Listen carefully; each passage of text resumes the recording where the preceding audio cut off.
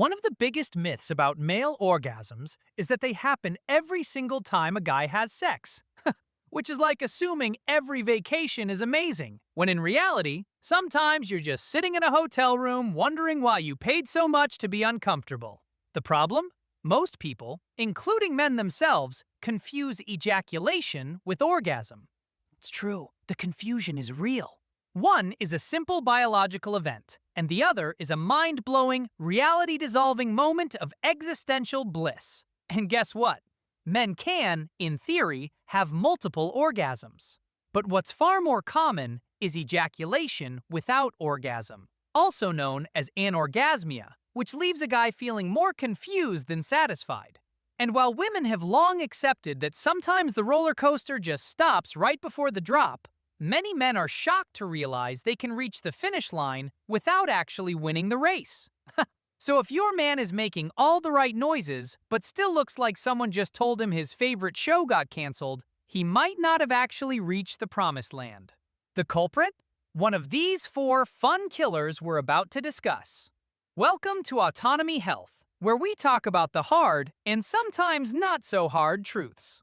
Before we dive into the dark abyss of testosterone struggles, let's clear up a common misconception. Not all testosterone is created equal. There's free testosterone, the VIP that actually does the work, and bound testosterone, the hostage locked up by a protein warden called sex hormone binding globulin, or SHBG.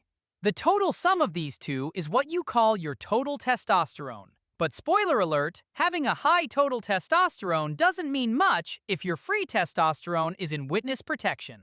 Free testosterone is responsible for your sex drive, energy levels, metabolism, and basically everything that makes you feel like a man.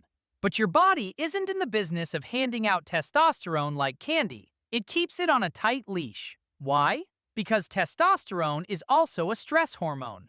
Stress hormones exist to help you fight stressors, raising blood sugar, raising blood pressure, getting you ready to throw hands with life. When your body decides it doesn't need all that extra testosterone floating around, SHBG swoops in and binds it, like a strict mother confiscating your fun books.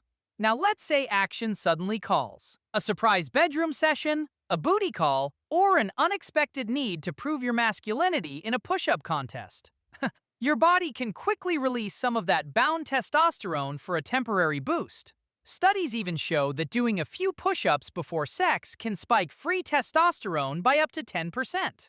Yes, gents, dropping down for a quick set might just be the pregame you need. Just don't use up all the energy in push-ups, or you may be useless when you're called up to the plate.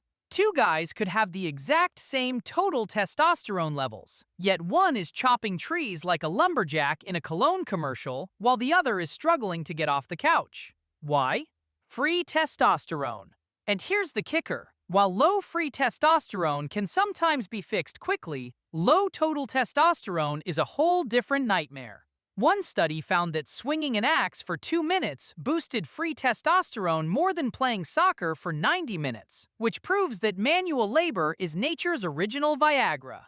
Basically, free testosterone controls the fireworks. When it's high, your sex drive is high. Testosterone peaks in the teens, those magical years of spontaneous erections that never seem to leave you alone. After 30, those spontaneous erections start packing their bags. Then morning erections disappear, and eventually, the fireworks fade. And if testosterone drops far enough, erections can disappear altogether.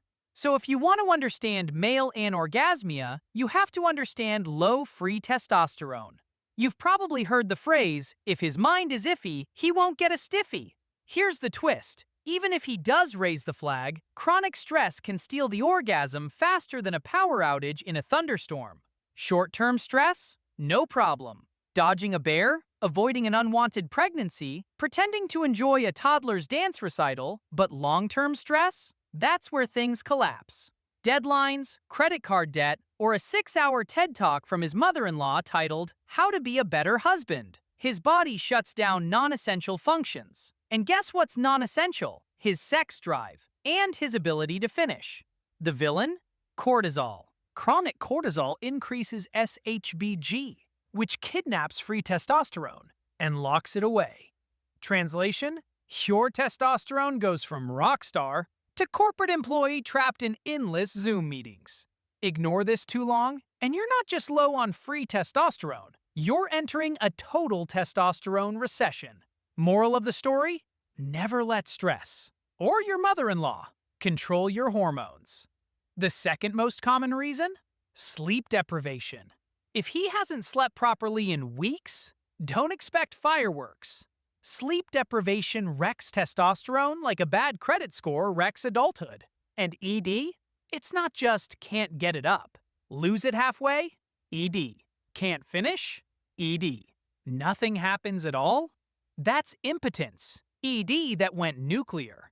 Fix the sleep, fix the hormones, fix the problem. Sometimes 8 solid hours of sleep does more than any little blue pill ever could. Number 3. Medications.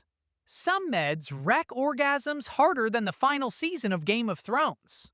Antidepressants, blood pressure meds, antihistamines, opioids. You might perform the act, but never cross the finish line. If this started after a new prescription, talk to a real doctor. Not TikTok, not your cousin, not essential oils. A real one. And finally, low testosterone. This isn't a dip, it's a system crash. And when men don't understand this, they blame attraction instead of biology. So before blowing up your life, check your hormones. Because otherwise, you're just a low-T guy in a sports car with rising credit card debt and the same problems. In leather seats. Until next time, ladies, keep your man's stomach full and his sack empty.